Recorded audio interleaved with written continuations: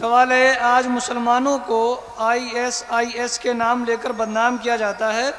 ہمیں آج تک پتہ نہیں چل پایا کہ یہ لوگ کون ہیں، ان کا کیا بیک گراؤنڈ ہے، ان کی شروعات کس نے کی اور کون چلا رہا. کچھ اس پہ روشنی. سوال آیا ہے کہ ISIS کے نام سے مسلمانوں کو بدنام کیا جا رہا ہے. آج تک یہ پتہ نہیں چل پایا ہے کہ یہ کون ہیں، اس کو کون چلاتے ہیں، ان کا بیک گراؤنڈ کیا ہے.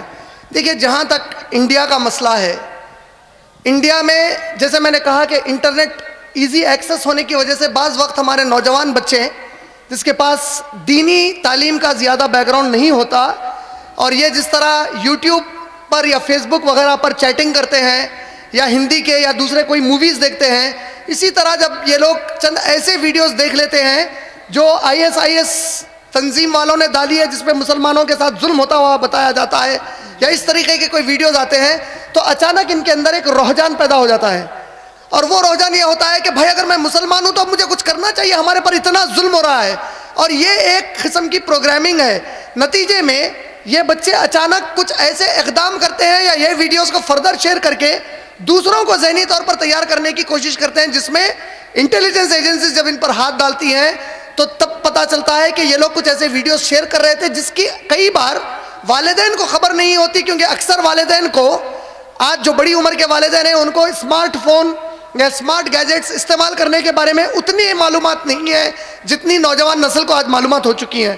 تو اس طریقے سے یہ لوگ صرف گمراہی میں، انڈیا میں حقیقی طور پر خود ہمارے جو ہوم منسٹر راجناتھ سنگھ ہیں وہ بھی یہ مانتے ہیں کہ ہندوستان میں اس کا اثر کم ہے. ان کی اصلیت یہ ISIS ہے کیا؟ ISIS کی تاریخ یہ ہے کہ 1993 میں جب پریزیڈنٹ بش کے باپ بڑے بش نے عراق پر حملہ کیا، جسے ہم پہلی گلف کی جنگ کہتے ہیں، فرسٹ گلف وار کہتے ہیں، اس کے بعد وہاں پر کافی افراتفری مچی. پھر صدام حسین ویسے کے ویسے تھے، یہاں تک کہ وہاں پہ حالات کافی بگاڑ پیدا ہوئے. اور پھر صدام حسین کو ہٹانے کے لیے 2003 میں جارج بش نے حملہ کیا.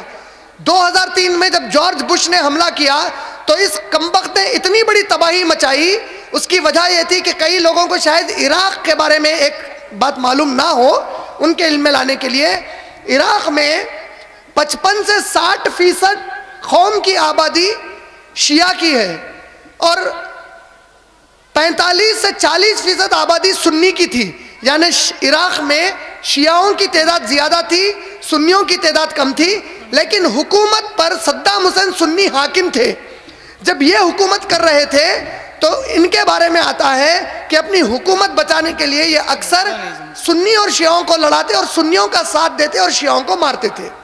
پریزیڈنٹ بش نے جب حملہ کیا 2003 میں تو اس کمبخت نے اس بیلنس کو توڑا. اس نے صدام حسین کو ختم کیا. نور المالکی نامی ایک شیعہ کو وہاں پر ایران کے سپورٹ کے ساتھ بٹھایا اور نور المالکی کو امریکہ سپورٹ کرنے لگا. تو یہ کمبخت نور المالکی ایران کی مدد سے وہ پورے بدلے نکالے سنیوں سے جو صدام ان کے حساب سے کیا کرتے تھے ان کے اوپر. اس دوران ایک گروپ قائم ہوا وہاں پر، اور وہ گروپ ایک جہادی سنی گروپ تھا.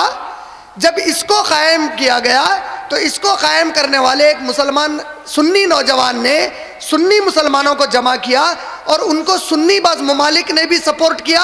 خود امریکہ بعد میں سپورٹ کرنا شروع کیا کیونکہ وہ لوگ نور المالکی کو ہٹانا چاہتے تھے.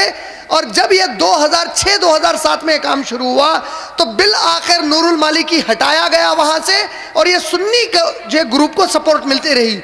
یہ گروپ جب نور المالکی ہٹ گیا تو اس کے بعد یہ گروپ ایکٹیو ہو گیا سنیوں کی طرف سے جہاد کرنے میں. اور اس گروپ میں بالآخر ایک صدر آیا جس کا نام تھا عمر بغدادی. اب ہے ابو بکر بغدادی، اس سے پہلے جو صدر آیا اس کا نام تھا عمر بغدادی، جس نے اس گروپ کا نام رکھا داعش الاسلامیہ العراق، جسے اسلامک اسٹیٹ آف عراق کہا جاتا ہے. جب سیریا میں جنگ شروع ہوئی اس وقت کے شروع کے دنوں میں عمر البغدادی بومب میں مارا گیا. اسے امریکن بومب اٹیک میں اس کا مرڈر ہو گیا. اس کے بعد ابو بکر البغدادی وہاں کا خلیفہ بن گیا. ان کے حساب سے وہ خلافت سنبھال لیا، حکومت سنبھال لیا اس گروپ کی.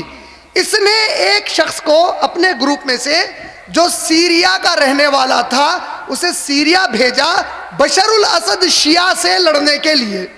جب اس کا ہی آدمی بشر الاسد سے لڑنے کے لیے گیا تو سیریا میں القاعدہ کا ایک گروپ تھا النصرہ فرنٹ بول کر.